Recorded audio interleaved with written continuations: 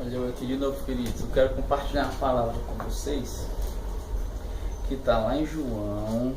Deixa eu ver aqui. Pronto, João 14. João 14, no versículo 11. A palavra de Deus diz assim, ó: crede-me que eu estou no Pai e o Pai em mim. Crede ao menos por causa das mesmas obras. No versículo 12, Jesus diz assim, ó: em verdade vos digo, que aquele que crê em mim fará também as obras que eu faço, e outras maiores fará, porque eu vou para junto do Pai. E tudo quanto pedirdes em meu nome, isso farei, a fim de que o Pai seja glorificado no Filho. Se me pedirdes alguma coisa em meu nome, eu o farei. Esse aqui é um texto que praticamente fala da consolação de Jesus Cristo com relação ao seu discípulo. Praticamente Jesus já vinha se despedindo do seu discípulo e tudo mais. E o que eu entendo aqui nesse texto, queridos, é que Jesus ele está claramente dizendo para os seus discípulos na época, e hoje para nós que somos os seus discípulos, assim nós dizemos, né, que somos os discípulos de Jesus. Então Jesus estava aqui praticamente preparando o coração dos discípulos, confortando o coração de seus discípulos, porque ia chegar um momento em que ele ia para o Pai. E eu entendo, queridos, que a obra de Deus ela deve ter continuidade, deve existir a continuidade. Então veja bem, Jesus iniciou o seu ministério quando ele tinha 30 anos. A Bíblia diz que ele foi no Jordão, recebeu lá o batismo nas águas, através da vida de João Batista, e em seguida ele foi para o deserto, teve aquele momento dele de consagração, que nós conhecemos, de 40 dias, sendo tentado, enfim. Após isso, Jesus inicia o seu ministério, né? Fazendo milagre, curando, pregando as boas novas, trazendo o evangelho que fala do amor. Então, nós sabemos que o evangelho, o ministério de Jesus Cristo, ele foi um ministério que foi breve, né? Aproximadamente 3 anos foi o tempo em que Jesus vinha ministrando, curando, realizando os milagres, fazendo a vontade do Pai, né? Ele fala: vim para fazer a vontade do meu Pai, daquele que me enviou. Exatamente o que diz aqui no texto. Então, tudo isso que ele fez, muitas pessoas o seguiam, multidões o seguiam, né? Ele escolheu, a Bíblia diz que ele escolheu 12 para estar ali perto dele, né? Para que ele viesse passar esse legado, né? de cura e tudo mais. Enfim, o que acontece? Os discípulos, né? Ainda que andassem com Jesus, ainda não estavam habituados, né? Ainda não tinham pego para si, né, o que Jesus vinha ensinando, né, ou seja, que eles deveriam ser como Jesus era, andasse como Jesus andou. Então Jesus disse assim para eles, que eu acho interessante e que nós não conseguimos, muitas vezes nós que somos cristãos não conseguimos ver dessa forma. Ele diz assim, ó: em verdade vos digo que aquele que crê em mim fará também as obras que eu faço, e outras maiores fará. Então eu acho interessante que muitas vezes os cristãos, as pessoas que se dizem Deus, não conseguem absorver o que a palavra de Deus diz. Ou seja, é muito bom você ler e saber, poxa, eu vou fazer as obras que Jesus fez e ainda vou fazer maiores, mas muitas vezes, amado, infelizmente, esse versículo ou esses versículos estão apenas na mente, de uma forma teórica, e muitos de nós não conseguimos colocar em prática o que a palavra de Deus diz. Eu não estou querendo dizer aqui que nós somos um super crente, que nós temos um poder de nós mesmos, mas o próprio Jesus Cristo diz que há uma necessidade de fazermos obras tais quais a ele fez e também obras maiores. Mas muitas vezes nós não conseguimos, infelizmente, nós não conseguimos entender que é possível que isso que Jesus disse aconteça. Porque de fato, de verdade, deve acontecer. Hoje, dificilmente nós vemos pessoas realizando os milagres. Vimos, se você colocar na mídia, nós vamos ver, se você vê grandes ministros, né, grandes evangelistas, né, grandes pessoas, você vai ver muitas coisas dessas acontecendo. Mas você mesmo muitas vezes não consegue dizer isso aqui, Jesus está falando comigo. Né? Aí eu começo a pensar e imaginar. Vamos ver aqui algumas coisas que Jesus fez, por exemplo.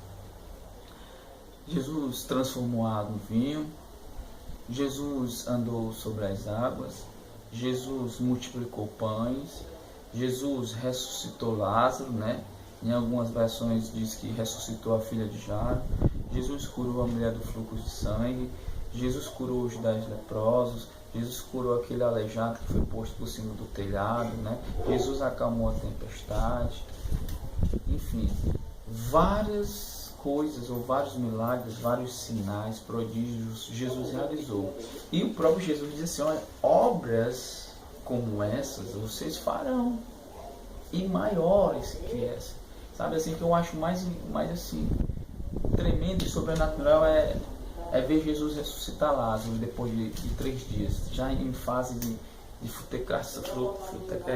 podridão, né? E ali Jesus vai e ressuscita. E eu vejo na palavra de Deus aqui em João 14, no versículo 12, obras maiores fará. E eu pergunto, por que eu não consigo realizar? Será que Jesus está mentindo? A palavra de Deus está mentindo? Não, amados. O que está precisando em nós é nós darmos crédito a essa palavra de tal forma que isso que ele está dizendo venha assim realizar, ou venha ser realizado através das nossas vidas, por causa do poder de Deus que está em nós, por causa da nossa vida de santidade ao Senhor. Mas a palavra-chave que ele diz aqui para nós é: se nós crermos. E nós entendemos que esse crer está ligado diretamente e literalmente com a nossa fé. A fé que foi depositada no nosso coração, a fé que foi acrescentada no nosso coração através de ouvir a palavra de Deus. E a Bíblia diz que essa fé só chega ao nosso coração através da palavra de Deus. Então, se nós não estamos crendo, é porque está faltando meditação, leitura, intimidade com a palavra de Deus, porque a palavra de Deus vai gerar em nós fé ao ponto de crermos e realizarmos aquilo que a palavra diz. Então, queridos, nós não podemos ver isso aqui só de forma teórica, como um acontecimento que não pode acontecer mais. Eu e você somos a continuidade de Cristo sobre essa terra.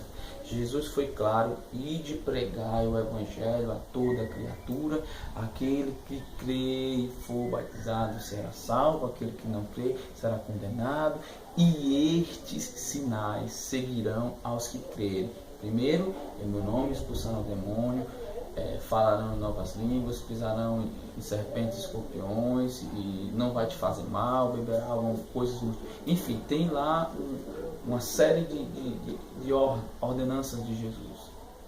Então, não é simplesmente algo teórico, mas nós precisamos colocar em prática, nós precisamos dar continuidade no ministério de Jesus. Ele diz: eu vou para o Pai, mas eu vou enviar o Consolador para que estejam com vocês para sempre. Nós temos um Consolador, nós temos aquele que nos ajuda, que intercede por nós, que nos auxilia naquilo que Deus quer que nós façamos, naquilo que Jesus deixou para nós. Então nós precisamos crer que nós somos capazes de realizar as mesmas coisas que Jesus e maiores, não porque nós temos poder, entenda isso, mas porque Ele delegou isso a nós. E amados, o nome de Jesus representa a pessoa legal de Jesus, representa a pessoa legal de Jesus. O nome de Jesus é como se fosse para nós hoje como é que se diz, uma autorização, nós somos aqueles que somos autorizados por Cristo para continuar realizando as suas obras, os seus milagres. Então nós precisamos entender, nós precisamos considerar essas coisas. Há um mundo lá fora, há pessoas lá fora que estão precisando de nós, há doentes lá fora que estão precisando de nós, há pessoas sofrendo, pessoas nesse exato momento tentando tirar a sua própria vida, precisando de nós, de uma palavra, de obras como a de Jesus e obras maiores. E tudo quanto nós pedirmos ao Senhor em seu nome, Ele fará, para que o Pai seja glorificado. Então precisamos ter consciência, precisamos considerar essa palavra em nome de Jesus. E faça, irmão, seja a continuidade de Cristo sobre essa terra. Entenda bem o que eu vou lhe dizer agora. Muitas vezes nós somos religiosos demais e dizemos que Deus não precisa de nós. Somos religiosos demais ao ponto de dizer que Jesus não precisa de nós. Jesus não precisa de nós. Em partes eu concordo com você, porque Ele é todo poderoso. Ele é onipotente, Ele é onisciente, Ele é onipresente. Nesse sentido, Deus não precisa de nós. Mas a Bíblia diz que Ele precisa de nós para que nós venhamos pregar o seu Evangelho, para que nós venhamos ser a continuidade de Cristo sobre essa terra. Então, Deus precisa de você. Entenda bem o contexto. Não estou dizendo que Deus é frágil ao ponto de precisar do homem, mas Ele precisa de nós porque Ele delegou a nós. A Bíblia diz que os anjos desejaram fazer o que nós fazemos ou o que Deus delegou a nós. Mas Deus não deixou, porque Ele deixou esse papel para você, que você seja uma referência de Cristo, a continuidade de Cristo, a continuidade da história da igreja. É você. Amém? Seja abençoado em nome de Jesus.